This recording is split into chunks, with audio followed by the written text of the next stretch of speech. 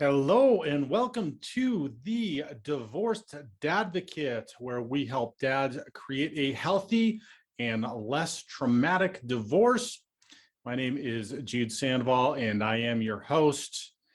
All right, today we are going to be talking about a topic that we've kind of been touching on quite a bit over the past month or two, and seems to be coming up quite a bit in some of our group meetings, as well as some of the private client sessions. And that is the topic of avoidance behaviors. So we all have them, and we're gonna call today's episode "What Are You Avoiding?"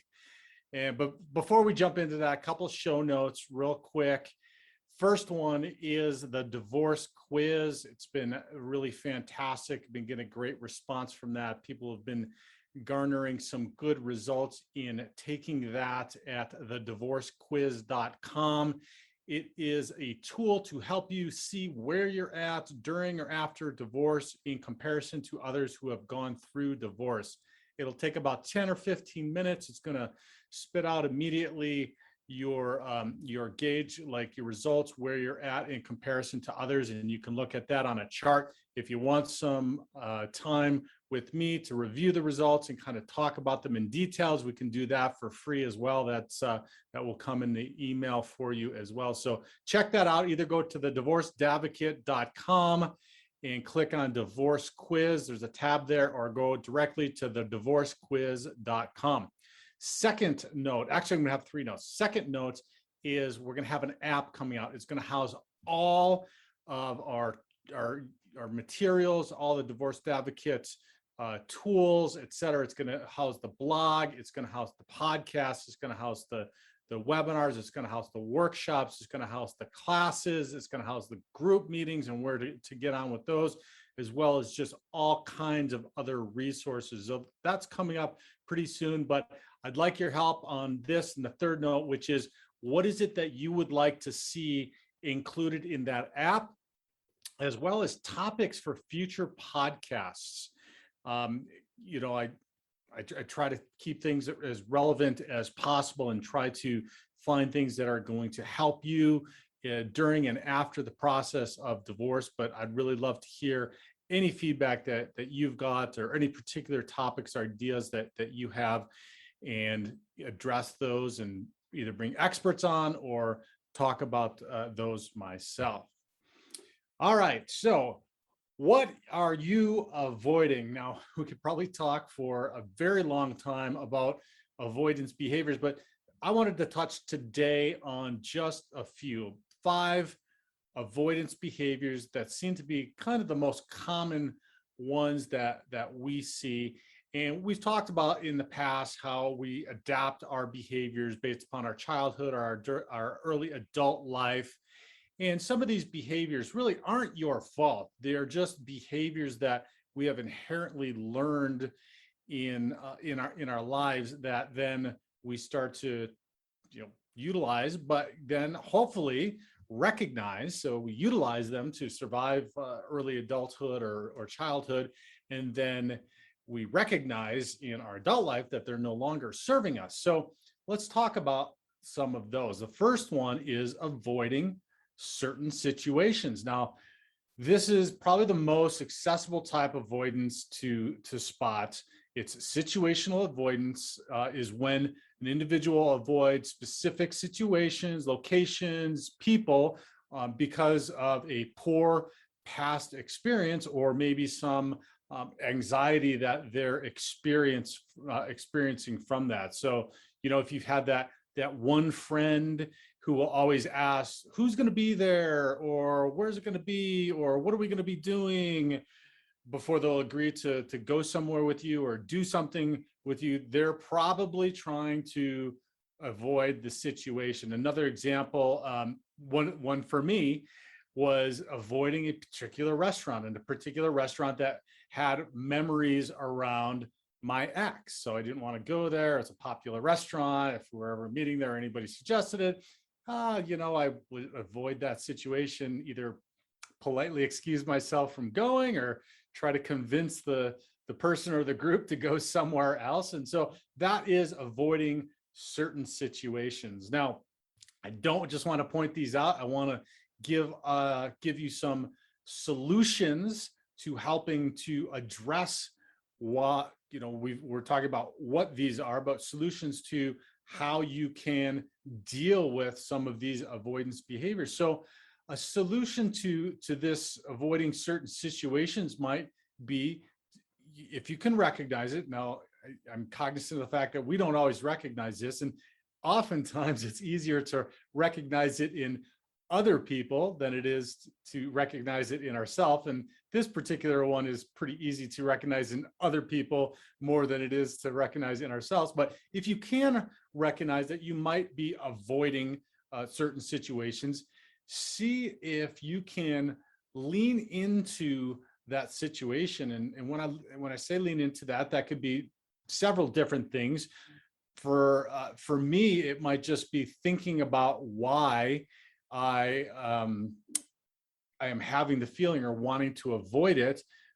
Maybe bring up those memories of what it was, potentially even talk about it or journal. And I'm going to talk about that too a little bit as a tool. We've talked about this in the past, of a way in which to get your feelings out if you are able to recognize and notice that you are avoiding those feelings. Because really, what we're doing in all of these avoidance behaviors, and all avoidance and numbing and whatever we might be doing, is attempting to protect ourselves from feelings that are uncomfortable to us. So if you can recognize that, utilizing tools in order to sort and work through them is really the best thing. So leaning into that can be just simply thinking about the memories that you might have at that restaurant that you went to with your ex, and just allow the feelings to come up and just have those feelings and be okay with it.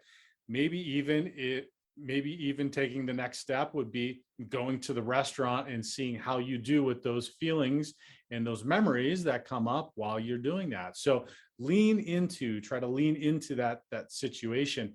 If you have a friend that you might be noticing that is doing this, you could bring it up very delicately and nicely.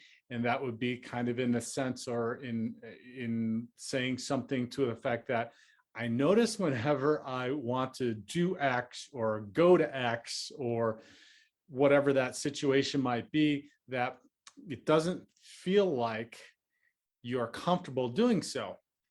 Is that true? Now, it's not a guarantee that they're going to say, oh yeah, I recognize that. It might be, and this is my case, I have no idea what you're talking about.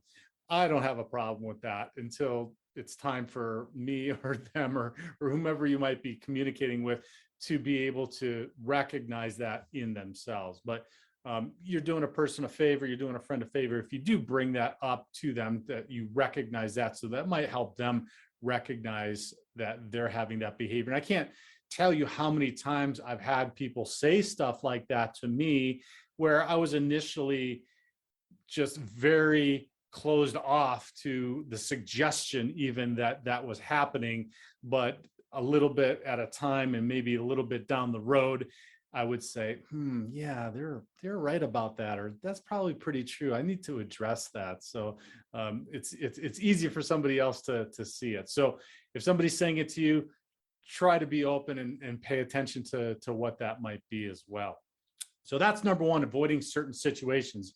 This next one is probably one that you can recognize in yourself more than you might be able to recognize in somebody else, and that is cognitive avoidance. Now, if you're experiencing cognitive avoidance, you may find yourself repressing memories or refusing to think of certain situations. So like that, like the example I was giving you about the restaurant and not wanting to go there because I wanted to keep cognitive avoidance about thinking about the memories of being there with my ex. So, the sure sign is you're cognitively avoiding something if you start thinking about something, but then you tell yourself not to think about it or whatever subject you were thinking about, and just change it in your mind. So that could mean that something's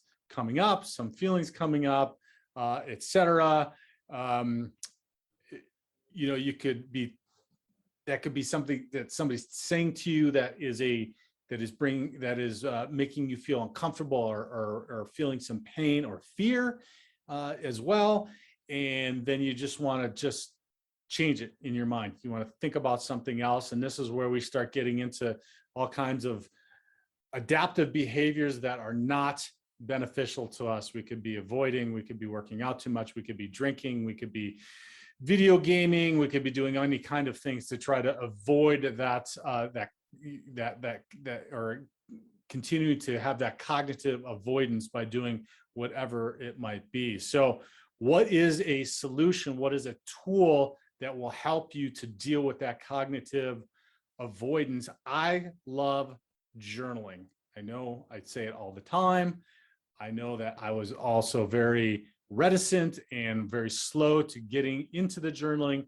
But now, if there's a feeling like that, if I change the subject on something, if I avoid thinking about something, if I avoid a subject in my mind, then I know that that discomfort is telling me to get it down on paper and really bring it to the surface. There's something about writing something, and I like to do it by hand, that brings something to the surface where then you can visualize it. If you reread it or you reread it out loud, it brings it to your conscious awareness. You hear it, you see it so you have very different inputs in,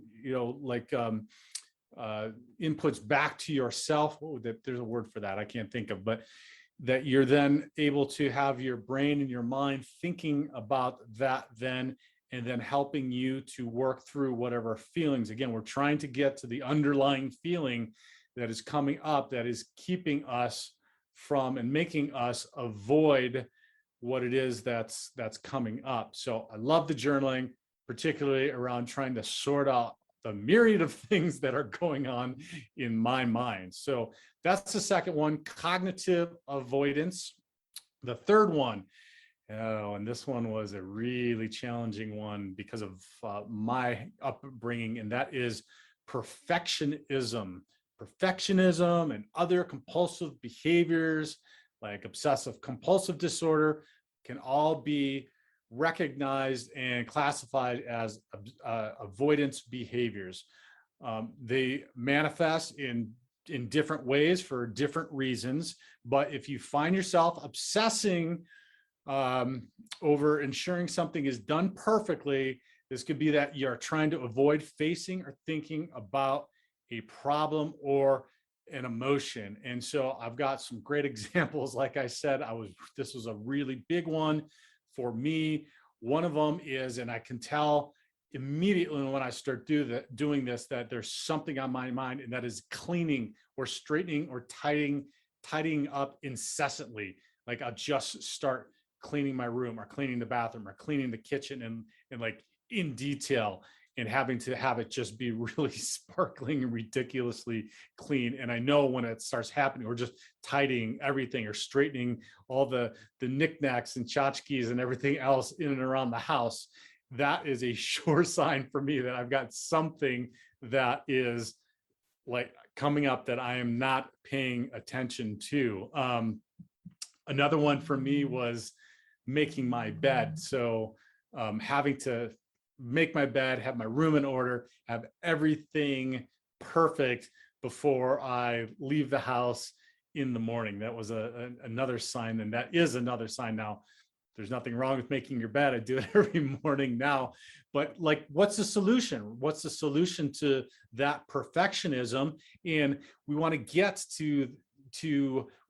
to breaking that cycle of avoidance behaviors first, right? So what can we do to break that cycle first? And it might not even be that we're getting to the root of what the feeling is, but just trying to break that behavior so that potentially we allow that to come up. So a solution for that, for the perfectionism, could be to just let something slide. So an experiment that I did with myself, or I shouldn't say it well, it was an experiment, but then I've also done with clients as well, was not making my bed for an entire week. So I would get out of bed, get ready, and it's traditionally before, like right before after I'm all ready and ready to leave my room, I make my bed and everything's tidy in my. So I would leave that, I would look at it, and I would leave the room in the morning. And so for others that are experiencing that, or experiencing some or other type of perfectionism, try to do without whatever it is that you're incessantly or wanting or having to have be perfect, and do that for a period of time where you can kind of get comfortable. And what you're doing is you're just getting comfortable with seeing that you're going to be okay without that happening. So you're just basically rewiring your mind to feel okay with the fact that you are going to survive without something having to happen, without that perfect whatever it is happening, or the perfect in your mind whatever it is happening. And then after a while, when you're able to see that it's okay, hopefully you're feeling more comfortable, and then you're identifying and seeing some of these feelings around why you're feeling those, why you're feeling that you have to have that behavior, or what that feeling is that's coming up that's making you avoid that feeling by having this perfectionist behavior. So that's the third one, perfectionism. The fourth one is changing the subject. Now, we probably recognize this one in others all of the time. Maybe not, but I've gotten really good at it, particularly with 3 teenage daughters who oftentimes don't want to talk about the topics that daddy wants to talk about, but they know now that I won't allow that to happen. So I've gotten really good at not getting distracted, even if they bring up some of my favorite topics or switch the topic to, oh, well, so how was your day, daddy? that I can do that. It's a little bit harder to see it in yourself. Now, here's the signs. If you're having a conversation, you find that persons are that you're talking with change the subject. Of course, it's not, maybe if they're not doing it one time, but if you recognize like a pattern over a period of time where you might be spending time with them, or when you're doing it over a period of time, like perhaps somebody's asking you something about your ex, right? And I find this is an interesting one, dating now after divorce. If I ask somebody about their ex and they want to change the subject or the topic right away, this to me is an avoidance behavior. And I've recognized that if like early on, when somebody was asking me when I was on dates, like, tell me about your ex or tell me about your breakup, I'd want to change the topic. After you see that it happens more than one time, then again, if you're doing it yourself, maybe this is a good opportunity that you can ask your close family or friends to observe you and say, hey, do you notice that there's anything that I might be avoiding in conversation or any kind of topic that when you bring up, you seem to feel that I'm uncomfortable with, and then have a conversation with them about that. Now, sometimes friends and family aren't the best if you're going to get into some deep emotions and feelings about that, because they might be part of what those deep emotions are. But if you can't identify that, or if you have a friend that cares enough to identify something, something about changing subjects, that you can talk with somebody about the subject. So again, it's kind of leaning in to what's uncomfortable. I feel like I've gotten to the point now where if it feels uncomfortable, it's a sign to me that I'm supposed to be talking about it, particularly if it's in relationship, whether it's a professional relationship, a romantic relationship, a family relationship, that if I'm feeling discomfort about something, instead of changing the topic, especially when it comes up or somebody brings it up, I should be leaning into it and talking about it, because now, after so many times of beating my head against the wall, I know that life is not going to allow me to avoid it. So if you've got somebody like a therapist or a coach to talk about, identify it, maybe write it down and bring it up in a therapy session in a space that is safe for you, where you can allow those emotions and feelings to come up if they do. All right, our last one, and this is kind of comical, but it's also a sign of an avoidance behavior, and that's inappropriate emotions. Now, sometimes when you don't want to face a certain behavior emotion, you'll replace it with a different feeling. So an example might be people who are feeling sad about something may avoid the emotion by becoming angry at the slightest occurrence. And you can also call this displacing your feelings or emotions, right? So if you're feeling sad about something else, then you become angry at somebody else about something that they said, but you're really feeling sad, but you displaced that or had an inappropriate emotion about something that might not have been a big deal, but it's because you're feeling sad. Another one is you've probably seen, especially on comedies or sitcoms, the people that laugh during a sad period or sad time, like a funeral. The latest ones that I've noticed, and we've seen in the news, is Vice President Kamala Harris, who, when pressed on answering a question that might be uncomfortable for her, has this kind of weird laugh that she has. And so that's a inappropriate emotion during a questioning of something that should be a serious time. So what can we do about that? Because particularly we don't notice that always in ourselves, in the way that we reacted to it. So again, this is a great one. But except the fact that we all kind of know that there's a decorum around certain situations. So maybe the displaced anger one is a little bit more challenging, but inappropriate emotions, laughing when you should be somber, or sad when you should be happy, or in situations that are celebrations. Let's say you're celebrating a friend's whatever it might be, a party or a birthday or whatever, but you're sad and somber. So that's a sign that your emotion isn't appropriate to the situation or the environment that you're in. And for the most part, we all know that, when it is appropriate and when it is not appropriate. And it's not to say that you shouldn't have these emotions. It's just to say that how you are displaying them at the time that they are coming up should be conducive to the situation and the environment that you are in. So if you notice, and again, sometimes maybe it's a one-off, right? Maybe it's a one-off that, hey, something struck you funny during something at a time where it should have been sad, and maybe it was something completely appropriate.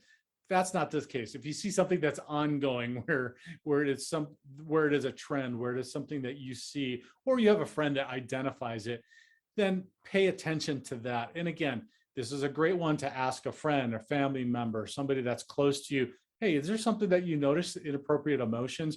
Usually this is going to be a self-identified one where you can look and say, maybe I shouldn't have handled that, or maybe I shouldn't have reacted in this manner. So what can I do about it? Again, talk with somebody that you trust, a therapist, or journal to get, again, to that underlying feeling that you are having during that inappropriate emotion. So that's the fifth one. Now, these are some of the most common and easiest to identify avoidance behaviors. But this definitely isn't all of them. We could probably talk for an hour. We probably could have some great stories. If you've got a good story about avoidance behaviors or some crazy ones, please comment or please email me and share.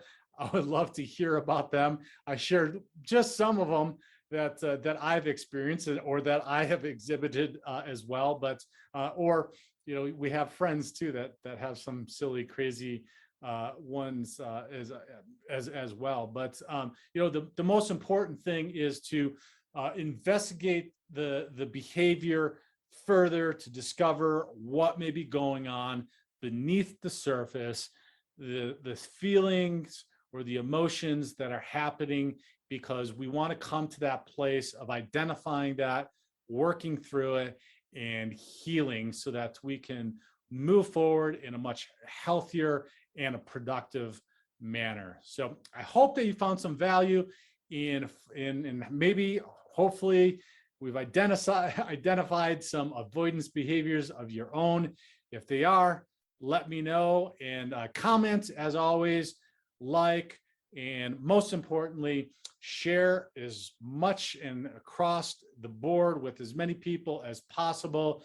Everybody knows a brother, a son, a friend. If you aren't already going through a divorce or been through a divorce, we all know somebody that is going through it. So let's expand this divorce advocate community.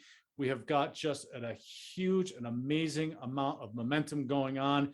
This podcast has now been listened to in over 60 countries and over 1,300 cities. That's downloaded. That's not even just streamed and just listened to. So the reach is global. We are helping thousands and thousands of men just like yourself. Also know that you're not in this by yourself. Join one of our group meetings or go to a workshop. Go to thedivorceadvocate.com, plug into all that. We'll have the app out soon for everybody as well to get all of those resources in one place. Thank you so much for listening today. I am Jude Sandvall, the Divorce Advocate, and God bless.